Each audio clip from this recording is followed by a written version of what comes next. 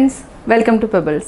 நான் செய்ய போகிறது ராகி லட்டு. இது ரொம்ப சிம்பிளாக செய்யலாம். அதாவது கால்சியம் சத்து நிறையா இருக்குது ராகியில்.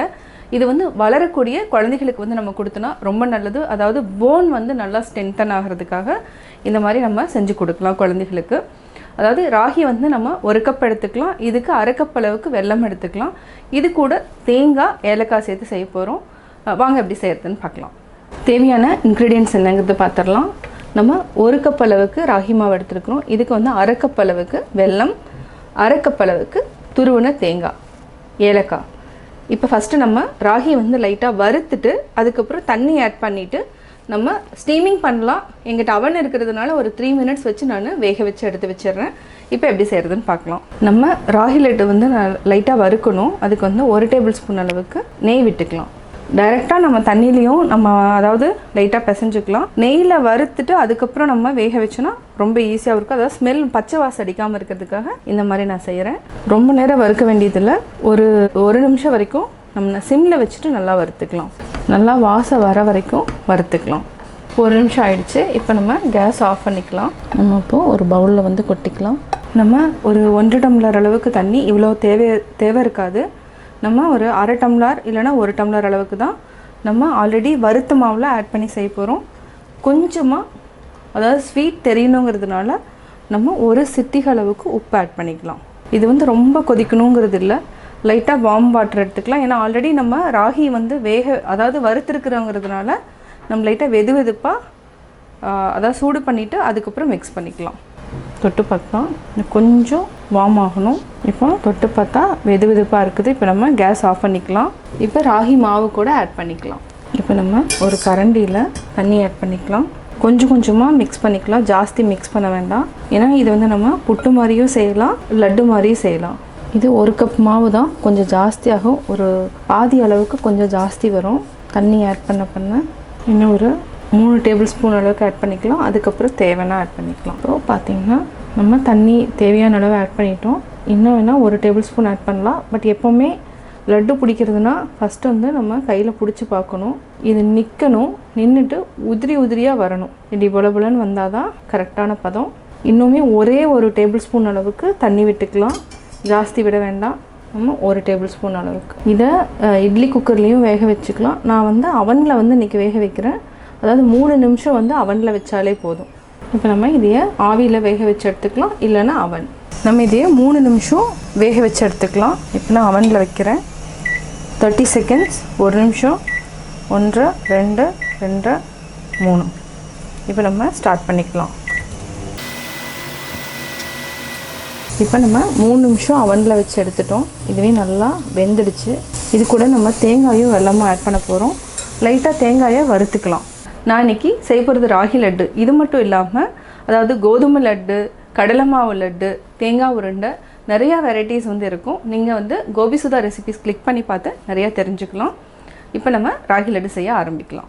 ஒரு 1/2 டீஸ்பூன் நெய் விட்டுருக்கேன். தேங்காய் கூடவே நம்ம ஏலக்காயும் ஆட் பண்ணிக்கலாம். ஏலக்காய் ஒரு 1/4 டீஸ்பூன் அளவுக்கு ஆட் பண்ணிக்கலாம். நல்லா மிக்ஸ் பண்ணி விடுங்க.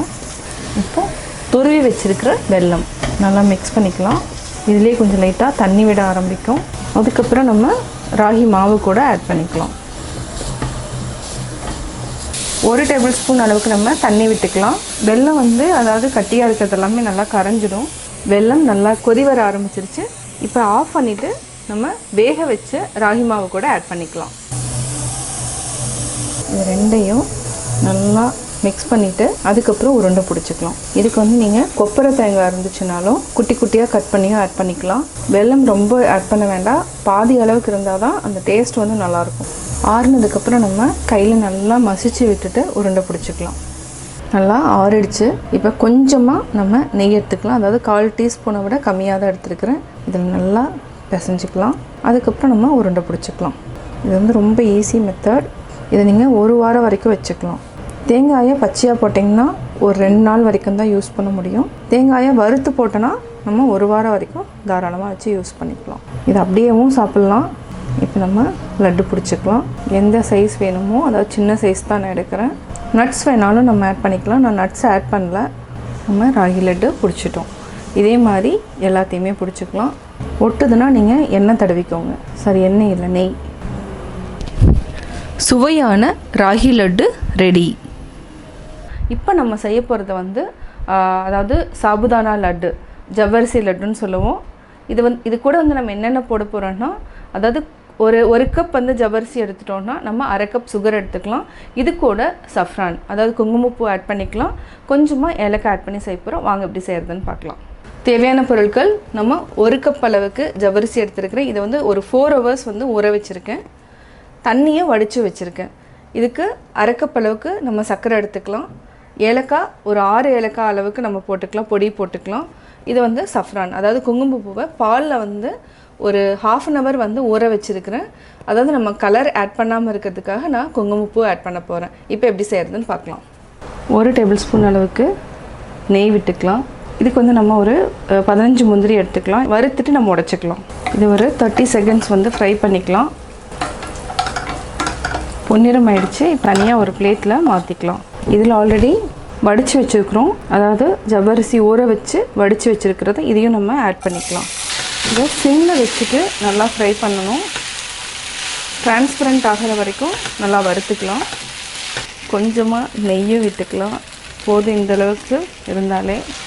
சிம்மில் வச்சுட்டு அப்படியே நல்லா வதக்கிட்டே இருக்கலாம். ஜவ்வரிசி இந்த மாதிரி டிரான்ஸ்பரண்ட் ஆகணும். அதுக்கப்புறம் குங்குமப்பூ இதை வந்து ஆட் பண்ணிக்கலாம். ஒரு சிலருக்கு கலர் பிடிக்கணும்னு கலரோடு ஆட் பண்ணிக்கோங்க. நம்ம ஏலக்காயும் ஆட் பண்ணிக்கலாம். 1/4 டீஸ்பூன் அளவுக்கு ஏலக்காய் நல்லா மிக்ஸ் பண்ணிவிட்டு தனியாக எடுத்து வச்சுக்கலாம். அதுக்கப்புறம் நம்ம சர்க்கரை வந்து ஒரு கம்பி பதம் இல்லாமல் அது கம்மியாக நம்ம காய்ச்சிட்டு இதை ஆட் பண்ணிக்கலாம். ஜவ்வரிசி வந்துருச்சு. இதை நம்ம தனியாக எடுத்து வச்சுக்கலாம். ஒரு பவுலில் மாற்றிக்கலாம். சர்க்கரை அதே பேன்லேயே போட்டுக்கலாம். கொஞ்சமாக நம்ம தண்ணி விட்டுக்கலாம். இதுக்கு 1/4 டம்ளர் அளவுக்கு தண்ணி இருந்தாலே போதும். சர்க்கரை நல்லா கரைச்சிக்கலாம்.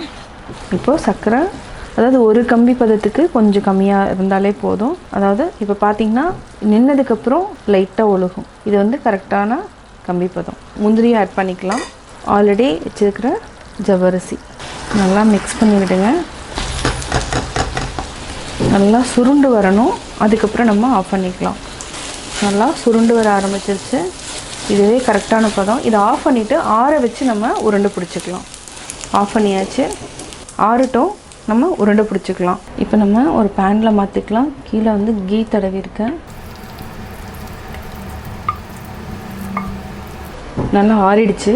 இப்போ நம்ம உருண்டை பிடிச்சிக்கலாம். எப்போவுமே இந்த ஜவ்வரிசி வந்து நம்மளுக்கு கொஞ்சம் ஸ்டிக்கியாக தான் இருக்கும். அதனால் லைட்டாக கொஞ்சமாக எண்ணெய் வந்து எடுத்துக்கலாம், அதாவது நெய் எடுத்துக்கலாம். நெய் வந்து கையில் கொஞ்சமாக தடவிக்கோங்க. இந்த அளவுக்கு இருந்தாலே போதும். இது நம்மளுக்கு எந்த அளவுக்கு எடுக்கணுமோ அந்த அளவுக்கு எடுத்துகிட்டு நம்ம உருண்டை பிடிச்சிக்கலாம். இது இன்னுமே உங்களுக்கு கெட்டியாக வேணும் அப்படின்னு நீங்கள் நினச்சிங்கன்னா நம்ம கடல மாவையும் நல்லா வறுத்து கூட போட்டுக்கலாம். அது ஒரு டேஸ்ட் இருக்கும். பட் ஜவ்வரிசியினோட டேஸ்ட் இருக்காது. அதனால ஜவ்வரிசி கூட நான் எதுவுமே ஆட் பண்ணல. இவ்வளோ தான்.